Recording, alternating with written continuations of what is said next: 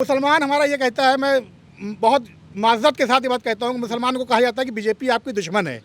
BJP दुश्मन है। मैं पूछता हूँ मुसलमान भाइयों से, आपका दोस्त कौन है? क्या कांग्रेस आपकी दोस्त है कि सपा आपकी दोस्त? ये बढ़िया दोस्त। ऐसा कौन सा दोस्त है जो मुसलमानों को मरवा कटवा रहा है? और अगर मोदी जी दुश्मन है, मोदी जी दुश्मन है, तो वो ऐसे दुश्मन है जो राशन भी दे रहे हैं फ्री, आवाज भी दे रहे हैं फ्री, चिकित्सा भी दे रहे हैं। तो दूसरे दोस्त से अच्छा हमारा ये दुश्मन है हमारे लिए, जो हमारे लिए सोच रहा है। हमारे बच्चे आज IPS बन रहे हैं, लॉयर बन रहे हैं। हमारे चर्चाएं नहीं कहीं है, मतलब ये कहीं डिस्कोर्स में आता नहीं। देखिए, विपक्षी पार्टियां सिर्फ गुमराह करना जानती हैं। हम सब तो आम पब्लिक, आम मुसलमान हैं।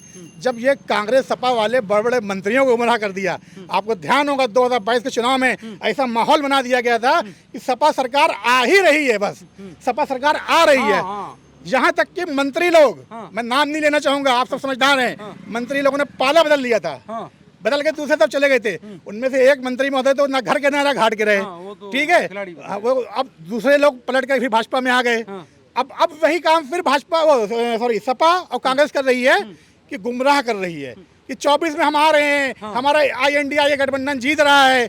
लेकिन एक बात बताइए, जो गठबंधन अपना प्रधानमंत्री का नाम नहीं तय कर सकता, वो भारत का भविष्य क्या तय करेगा?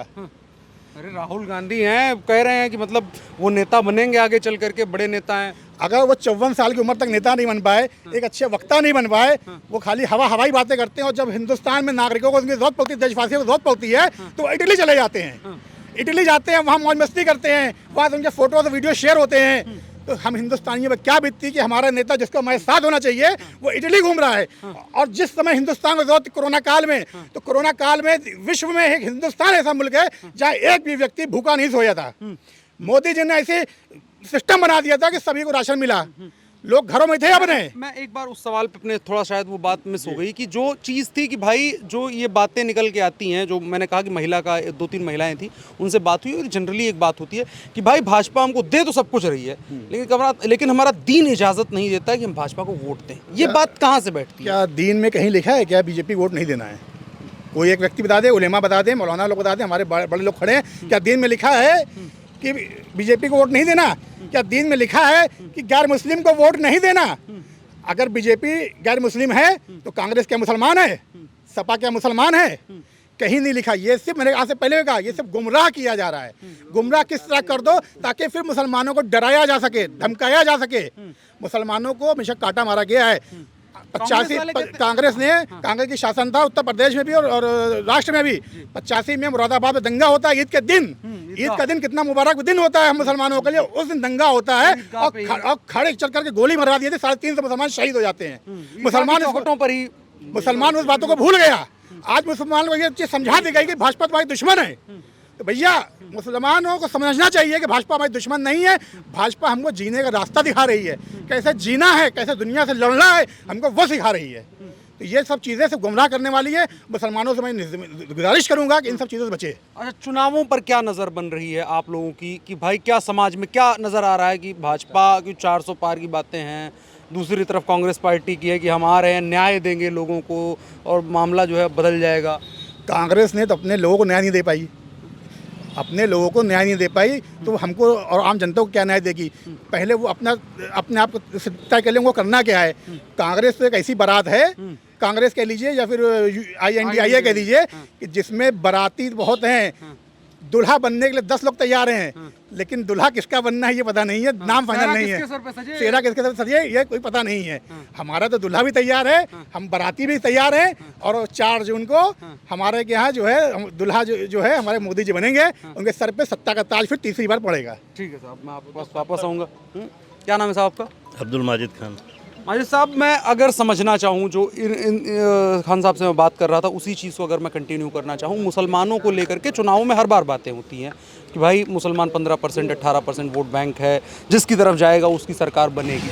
लेकिन एक चर्चा अब जो बदली है कि अब कोई भी समाज हो, सिर्फ मुसलमान नहीं, हिंदू भी हो, कोई भी हो, सिर्फ अपने आप को एक वो नहीं कह सकता कि हम कुछ भी तय करेंगे।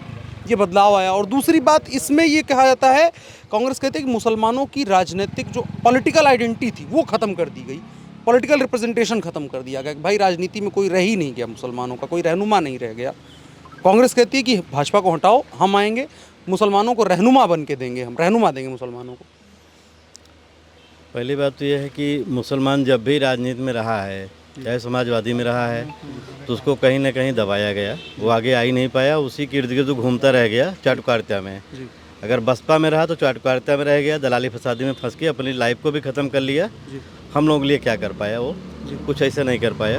पीछे कांग्रेस सरकारें रहीं, सब अपना स्वार्थ हल करती रहीं, सिर्फ हमारे नाम को कहीं कहीं उपयोग करती रहीं। ये मुसलमान मुसलमान मुसलमान मुसलमान कोरम फिट करती रहीं, और हम लोगों के लिए कुछ ऐसा वो सोच ही नहीं पाए कि कुछ सोच लेते कि हम थोड़ा सा आगे बढ़ लेते।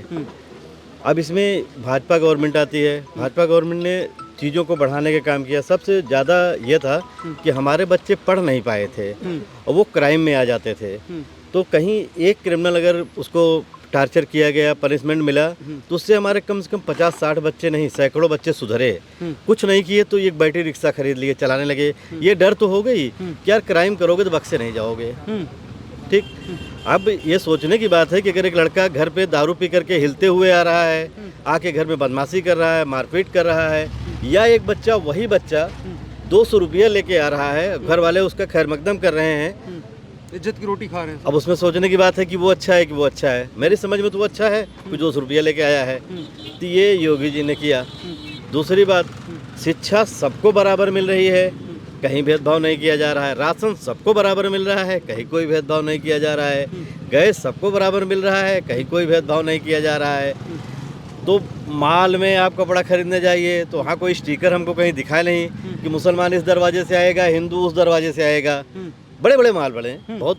तो जो राहुल गांधी और कांग्रेस पार्टी का पूरा मामला है कि भाई जो है भाजपा जो है वो मुसलमानों को जो है 10 साल में हमारी एकदम बर्बाद कर दी, खत्म कर दी, कुछ रह नहीं गया। अब राहुल गांधी से कोई ये बचाने के लिए कांग्रेस लाने की जरूरत है। राहुल गांधी से ये कोई पूछे कि राहुल गांधी कल तो पैदा हुए नहीं, 54 साल के हो गए ना, कि कल पैदा हुए, 54 साल के हो गए। 54 साल से उनकी किस्मती रही, खुद किस्मती जिसको बोलते हैं, कि राजनीतिक घराने में पैदा हुए और उस राजनीतिक विरासत को आगे लेके चल रहे हैं। अभी तक उनको ये नहीं अकल आई कि बोला कैसे जाता है, अपने संगठन को कैसे लिया जाता है। अच्छे अच्छे नेता उनके चले जा रहे हैं पैर पटक करके, उनको 2 कदम चल के समझा नहीं पा रहे हैं, बाहें सिकुड़ करके बातें करेंगे। अभी तक 4000 किलोमीटर चल लेने से कोई नेता हो सकता है क्या? कल न्यूज 18 में एक त्रिवेदी साहब आए थे, जो प्रतीक त्रिवेदी साहब, वो बोले 1600 किलोमीटर हम चल के आए हैं। क्या राहुल गांधी बड़े नेता हो गए क्या हो? कोई बताए। और ये मंच पे खड़े होकर के सिर्फ एक चीज कैस कर रहे हैं, 4000 किलोमीटर हम चल के आए और रास्ते में देखते आए पब्लिक कैसे दिखती है। गेहूं जो है नीचे पैदा होता है कि ऊपर पैदा होता है, हमको रिसर्च करने में इतना साल लग गया।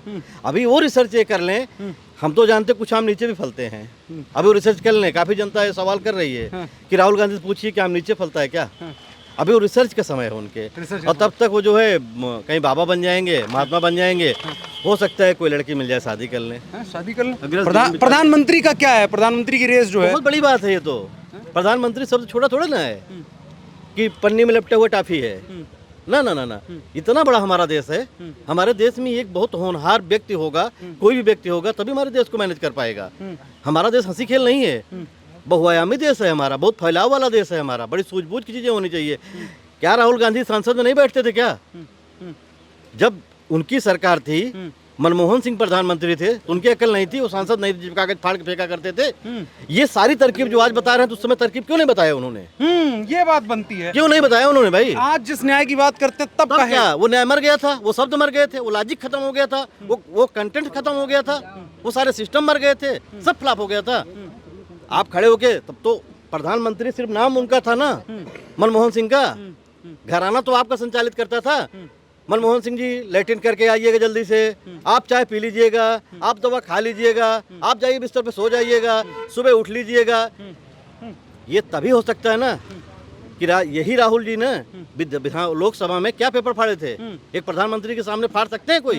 प्रधानमंत्री इनका था ना, इसलिए फाड़ दिए। तब नहीं सीख उससे करा सकते थे कि सामाजिक न्याय भी दिलाना है, मुसलमानों को न्याय भी दिलाना है, मुसलमानों को बजट भी मेंटेन करना है। 360-65 करोड़ रुपया पड़ी है उनके खाते में मुसलमानों के लिए, अल्पसंख्यक प्रकोष्ठ में, उसको बढ़ा दो, उसको 17,000 कर दो, 20,000 करोड़ कर दो। मदरसे में आप शिक्षा दे रहे हो तो एक हाथ में कुरान दे दो, एक हाथ में कुरान शरीफ दे दो। जो बच्चे एम्प्लॉय नहीं बन पा रहे हैं उनको एम्प्लॉय की जगह दे दो, जो नहीं IAS PCS निकल पा रहे हैं उनको पैर पकड़ के खींच लिया जा रहा है, उनको फ्री कर दो, वो निकलें बेचारे, कोचिंग सेंटर्स चलवा दो और तमाम चीज़ें की थी बुनियादी सुविधाएं मुसलमानों को दे दो। क्यों नहीं दिया आपने? तब नहीं दे पाए। बिहार में जब शिक्षा लागू होने जा रही थी, आलिमत को कोर्स को मान्यता देने जा रही थी, तो यही ऑब्जेक्शन तो किए थे, और कौन का ऑब्जेक्शन किया था? जब आलिम फाजिल को डिग्री मिलने जा रही थी जिसमें अध्यापक होते, तो उसमें अड़ंगा थी, कांग्रेस ही बनी थी। किस बात की रहबरी करते हैं? राजीव गांधी जी के समय में हत्याएं हुई हैं, इतने इतने लोग मार दिए गए मस्जिद खींच खींच करके, लोगों को याद है। क्या नहीं राहुल गांधी की याद है? क्या हिस्ट्री नहीं पढ़े हैं क्या? आज प्रियंका गांधी राहुल गांधी अपने पापा का नाम लेकर के आंसू बहाती हैं, नहीं नहीं हमारे पापा ये थे, हमारे पापा, हाँ ठीक है आपके पापा वो थे, लेकिन हमारे लिए आपके पापा नहीं थे, मुसलमानों के लिए नहीं थे आपके पापा, मुसलमानों की रहनुमाई नहीं कर पाए। तो ये जो कहते हैं कि हमारे समय में चीज़ें बेहतर थी, हम फिर से आएंगे तो बेहतर हो जाएंगी, नरेंद्र मोदी को जो कहते हैं कि मुसलमानों के लिए बहुत बड़ा एक नफरत का वो है उनके दिल में भरा हुआ है और वो धीरे धीरे मुसलमानों को बर्बाद करके और उस तरीके से कर रहे हैं। वो मेडिकल इंस्टीट्यूट बता दें जहाँ पे सर्जरी करके उन्होंने पढ़ा, उस जो एलिमेंट लगाया मोदी जी के सीने में, और जो एक्सरे में आया कि ये लिखा है मुसलमानों के लिए, ये देखो ये लाइन जा रही है मोदी जी के दिल में ये लिखा हुआ है, वो जगह बता दें। राहुल गांधी से पूछ लीजिएगा, आप माइक लेके जाइएगा, तो मुसलमान पूछ रहे हैं, कोई यूनिवर्सिटी बता दो, वो मेडिकल साइंस बता दो जिसमें ये था कि मोदी जी की पिन लगाई गई तो उसमें लिखा था कि एक्सरे में निकल के आ जाए। ये हमारी तरफ से क्वेश्चन है, आप पूछिएगा, कभी कभी मिले तो पूछिएगा, आप पत्रकार महोदय हैं, आप पूछिएगा। तो मतलब क्या 2024 का जो चुनाव है उसका क्या रिजल्ट निकाला जाए, क्या किस तरीके से समझाए सामाजिक परिदृश्य में, नतीजे जो भी हों, लेकिन एक सामाजिक परिदृश्य में क्या समझाया कि हम कहाँ किस तरफ बढ़ रहे हैं? राजनीतिक भाषा में नहीं बोलूँगा मैं, रिजल्ट साफ है। लोगों के अंदर दो चीज़ें होती हैं, हराम हलाल, खुददारी गैर खुददारी। लोगों के अंदर खुददारी जाग चुकी है, हराम हलाल की पहचान कर चुका है। अगर कोई भी, चले जाओ एक महिला को समझा लो जिसके छत पे टीन का चद्दर नहीं रहा हो, अगर वो घर पा गई हो, आप समझा लीजिए, और समाजवादी देते समझाने। जो 5 किलो राशन शाम को बेटे को नहीं बना खिला पा रही और 5 किलो जहाँ राशन लेके आ रही है, तो सारे लोग चलो उसको समझाते हैं कि भाजपा को वोट मत देना, लेकिन बटन उसका जाके कमल पे पड़ जाएगा, हम आप नहीं रोक पाएंगे। ये होता है जब वजूद पे चोट लगती है, ये होता है जब आदमी भूखा सोता है, ये होता है जब आदमी की नींद नहीं आती है, ये होता है जब बारिश होती है भीगता है आदमी, ये होता है जब बच्चों की बुकें भीग जाती हैं। उसके दिल से जाके कोई दिल से पूछे।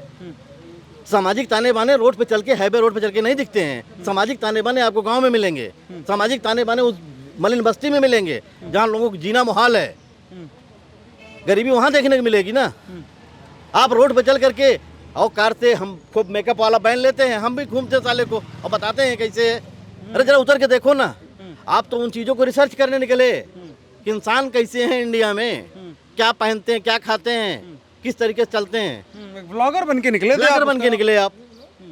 45 डिग्री तापमान में जो है 22 डिग्री गाड़ी लेके चल रहे हैं। मेरा कहना है कि आपको सिलेंडर कर जाना चाहिए था, कि मोदी जी से कहना चाहिए था कि 40-50 सीट हमको दे दो हैंडसम, कहीं से हम लड़ लेते हैं, हम विपक्ष में रहते हैं। अभी देश बहुत कमजोरी से उभर रहा है, अब पटल पे जा रहा है। अमेरिका जैसे हम समझ नहीं पा रहे हैं कि अमेरिका कोई देश है। हम ईरान जा कंप्रोमाइज कर ले रहे हैं, समझौता कर ले रहे हैं, अमेरिका ताड़बाजी कर रहा है, देख रहा है, हमारा कुछ नहीं बना बिगाड़ पा रहा है। तो हम उस कैटेगरी में पहुंच गए हैं। हम विश्व, जो अपने को विश्व गुरु बना देते, हम उनकी आंख को नहीं डर रहे हैं, हम उनकी आंख में आंख डाल के बात कर रहे हैं। तो हमसे इनको चाहिए कि 10 साल मोदी जी और रहिए, हमको विपक्ष में रहने दीजिए, हमको और सीखने दीजिए, उसके बाद मौका मिले देखा जाएगा। तो जल्दी आए, कह रहे मोदी जी हटो, 4 जून को कुर्सी खाली हो रही है हमारे। पागलपन के जब एलिमेंट पैदा होते बता के नहीं आते, इनको बता के नहीं आया है। जैसे मोदी जी के दिल में ये लिखा है पा गए, ये ना वैसे पागल के एलिमेंट पा गए। ये दोनों कहीं एक हॉस्पिटल में ढूंढे, रिसर्च करें कहाँ से मिला है इनको।